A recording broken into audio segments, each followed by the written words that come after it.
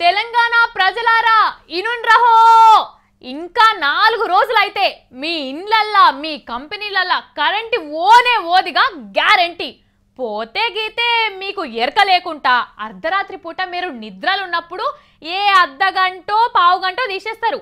అది కూడా మీరు కరెంటు లేదు కదా అని గుర్తుపట్టి మీకు మెల్కొచ్చే లోపే వచ్చేస్తుంది.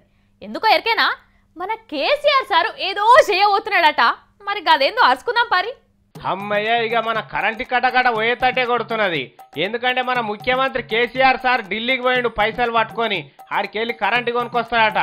మన సార్ పట్టు పట్టిండంటే ఎట్లనే చేసి తీసుకొస్తాడు. అందుకే 3 రోజులు ఢిల్లీలోనే మకాం వేసిండట. కానీ చంద్రాల సార్ మోసం చూడుండ్రి, మనం గింత గోస పడుతుంటే కరెంటుకి సప్పుడే చేయలే. ఇప్పుడేమో నన్ను అడిగిండా కేసీఆర్ కరెంటు కావాలని అని ఇప్పుడు మాట్లాడుతున్నాడు.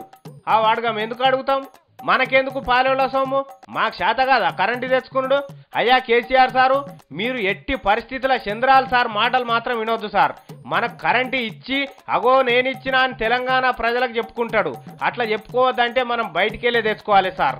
ఆంధ్ర రాష్ట్రం వలన 100 నెంబర్ బుగ్గ మందం కూడా కరెంట్ అడగొద్దు మనం. అమ్మో అయితే ఈడ కేసీఆర్ సార్ కూడా ఒక మాట ముందుగా చెప్పవలసి ఉండే మన రైతులకు. ఓరి పోరడాటి దిక్కు ఓకురా పామున్నది కరుస్తుంది అంటే ఆ పోరడాటి దిక్కు ఓకపోవు.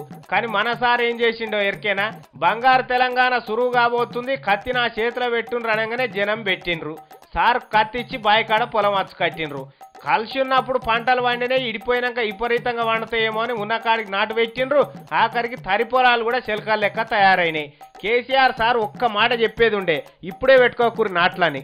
ఇప్పుడు కేసీఆర్ సార్ దిక్కు రైతులంతా నోరు తెరిచి చూసే వరకల్లా సారుకు బాధ అనిపించి ఢిల్లీ కురికిండు కరెంటు పట్టుకొస్తందుకు.